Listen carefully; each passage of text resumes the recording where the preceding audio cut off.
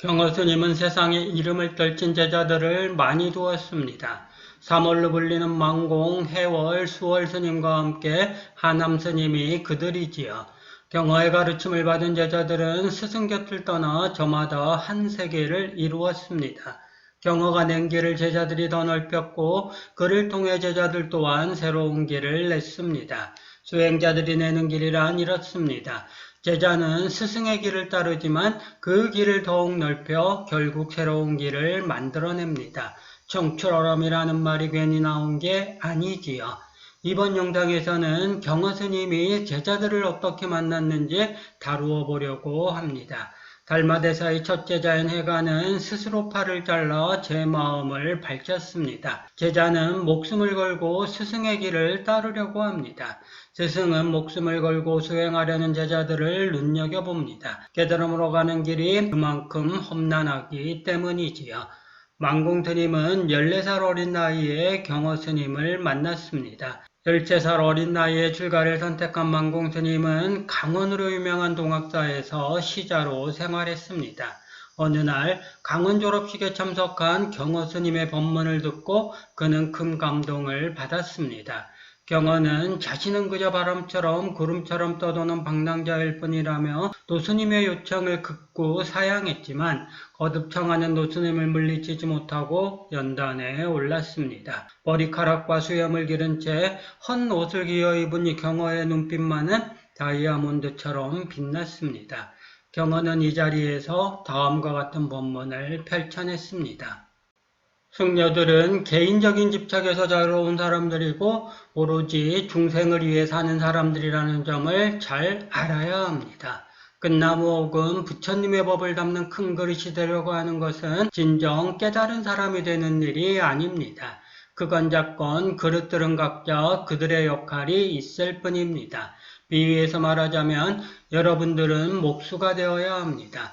좋은 목수라면 큰 나무든 작은 나무든 결코 버리지 않습니다. 어떤 나무든지 잘 사용합니다. 좋고 나쁜 것은 없습니다. 좋은 것들은 그들의 목적에 맞게 잘 사용하면 됩니다. 나쁜 것들 역시 잘 사용하면 됩니다. 좋다고 집착하고 나쁘다고 버리지 마십시오.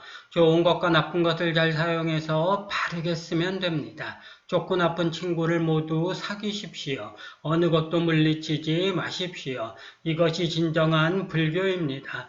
모든 개념적인 생각으로부터 자유로워지라는 것입니다. 이 법문을 듣고 망공은 경허를 따르리라 결심했습니다. 저를 떠나는 경허를 따라가 제자로 받아들여 달라고 간청했습니다. 내가 누구인데 제자로 받아들여 달라는 것이냐? 저는 모양도 이름도 없습니다. 모양도 이름도 없으면 무엇으로 나를 따르려 하는고?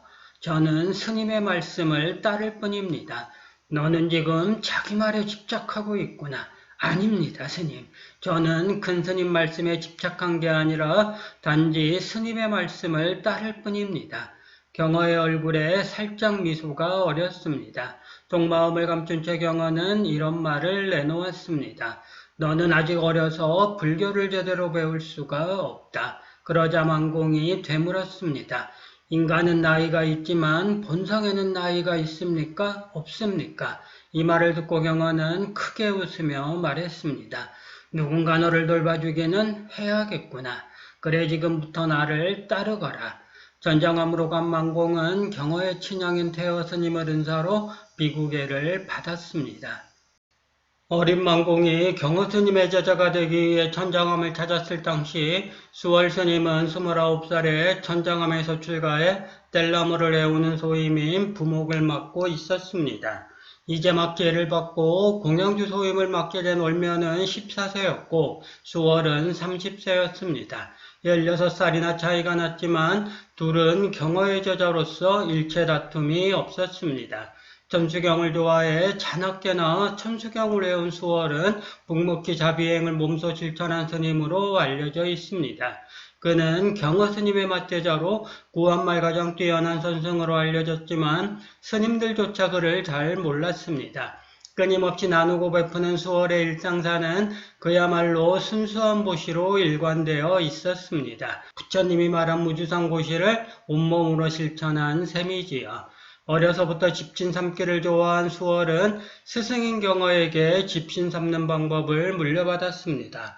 그는 신기에 가깝게 집신을 삼았다고 하는데 먼 발치에 있는 사람을 한번 보고는 발에 딱 맞는 집신을 삼을 정도였다고 합니다. 수월은 33살 되던 해 천장암주지 태여 스님을 은사로 음관이라는 법포를 받고 경어를 법사로 수월이라는 법명을 받았습니다. 그의 용맹정진에 들어간 수월은 온몸이 밝게 빛나며 깨달음을 얻었는데 그 빛으로 천장암 일대가 환해졌다고 합니다. 이후 특별한 능력을 얻었지만 그것을 내세워 교만에 빠지거나 수랭을 사용하여 대중들을 현혹하는 일이 없었습니다. 부처님의 가르침대로 그것을 대수롭지 않게 여기고 오로지 수행으로서 참고하였습니다. 수월 스님은 행방이 묘연해진 경어 스님을 마지막으로 만난 제자이기도 합니다. 박난주라는 이름으로 숨어 살던 스승을 갖은 고생 끝에 찾았지만 경어는 방문을 끝내 열어주지 않았습니다. 수월은 홀로 길을 찾으라는 스승의 뜻을 알아채고 문 밖에서 큰 절을 올린 후 묵묵히 길을 떠났습니다. 그 무엇에도 집착하지 않는 선사들의 마음결이 이 이야기에서도 잘 드러납니다. 북쪽으로 떠나기 전 수월은 마지막으로 천장암에 들렀습니다. 만공과 마주 앉아 저녁 공양을 하는 수월이 숭늉그릇을 들어 보이며 말했습니다. 여보게, 이 숭늉그릇을 숭늉그릇이다 하지도 말고 숭늉그릇이 아니라 하지도 말고 한마디로 일러보게. 만공은 수월이 들고 있던 숭늉그릇을 받아 문 밖으로 던져버리고는 묵묵히 앉아 있었습니다. 수월은 손뼉을 치며 좋아했습니다. 잘했네, 잘했어. 좋구나. 경허스님은 개심사에 머물 때 만공에 이어 두 번째 법제자인 해월스님을 만났습니다. 전장암에서 오신 경허스님께 문안드립니다. 그래서 무슨 일이던고? 소승 해월이라옵고 덕순상 정회사에서 왔사옵니다. 덕순상 정회사에서 온 해월이라고 했겠다? 네, 그러옵니다, 스님. 그래 무슨 볼일로 나를 찾아왔는고? 소승 한 가지 알고 싶은 게 있사온데 제 은사스님께 여쭈었더니 경허스님을 찾아가서 여쭈라 하시기에 전장암을 거쳐 여기까지 오게 되었습니다. 그래, 그럼 그토록 궁금한 것이 대체 무엇이던고? 관세음보살이 북쪽으로 가신 뜻은 무엇이옵니까? 경화는 느닷없이 주장자로 해월의 등을 내리쳤습니다. 너는 나에게 관세음보살이 북쪽으로 가신 뜻을 물었거니와 나는 주장자로 이미 대답을 했느니라. 자, 그것 말고는 더 물을 게 없느냐? 아직 있습니다, 스님. 그게 무엇이냐? 물어보아라. 바로 이것입니다, 스님. 객승해월은 불끈진 주먹을 경호 앞에 내밀었습니다. 허허허, 들어오너라. 수월스님을 자비의 화신이라고 한다면 해월스님은 천진불로 불렸습니다. 순진하고 무구한 그의 마음은 항상 깨끗이 닦인 거울과 같아 경화의 말 한마디 한마디에 해월은 큰 깨우침을 얻었습니다.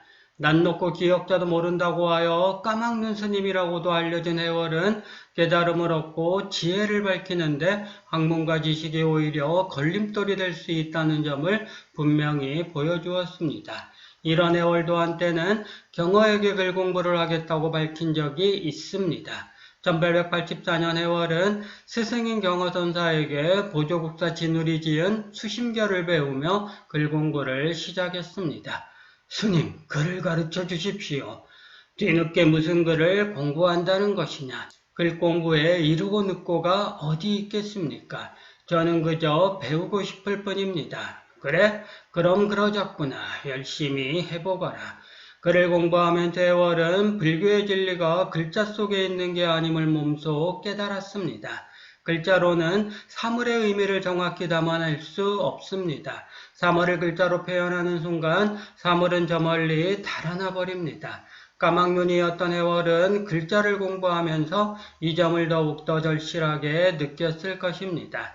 그리하여 그는 바위 밑에 뚫린 토굴에 들어가 오직 화두참구에 매달렸습니다.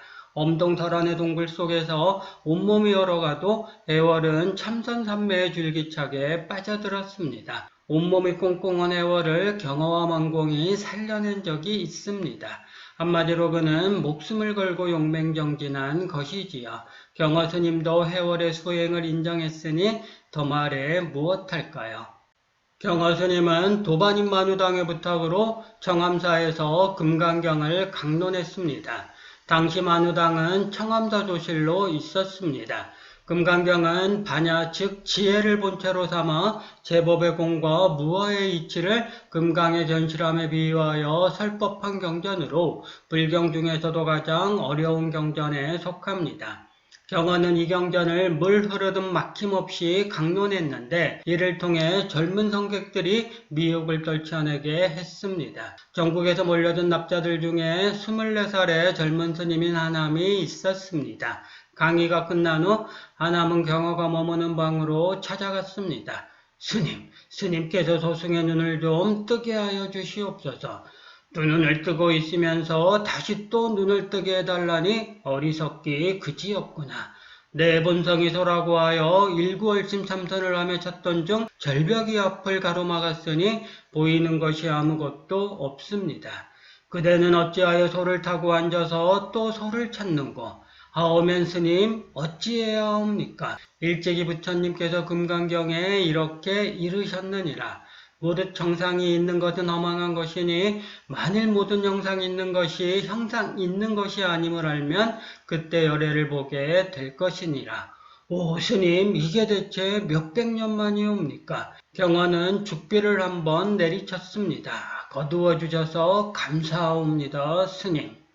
경허와 하남은 스승과 제자로 이렇게 만났습니다. 젊은 하남은 경허 대선사를 만남으로써 훗날의 선지식 하남으로 거듭났습니다. 하남이 도를 구하기 위해 입산한 지 3년째 되던 가을 여러 수자들을 모아놓고 차를 마시며 담론하던 경허가 문득 이런 말을 했습니다. 옛조사의 선효에 이런 대목이 있느니라. 어떤 것이 진실로 구하고 어떤 것이 진실로 깨닫는 소식인가. 남산에 구름이 일어나니 북산에 비가 내린다. 스승 경허의 밑도 끝도 없는 말이었습니다. 그러면 대체 이 뜻이 무엇이겠는지 어디 한번 대답해 보아라. 빙 둘러 앉은 여러 명의 수자들 중에서 이 질문에 대답하는 이는 아무도 없었습니다. 경허가 실망의 눈초리를 내보이는 그때 잠자코 차를 마시던 하남이 문을 벌컥 열어젖히며 소리쳤습니다. 창문을 열고 앉았으니 와장이 앞에 와 있습니다. 스승의 마음과 제자의 마음이 통하고 스승과 제자의 도가 통하는 경지였습니다. 하하하, 이제 하남의 공부가 개심의 단계를 넘어섰구나. 하하하. 경허의 이 한마디는 하남의 깨우침을 정식으로 인가하는 통쾌한 선언이었습니다. 그 자리에 함께 있던 수자들은 그저 소스라치게 놀랄 수밖에 없었습니다.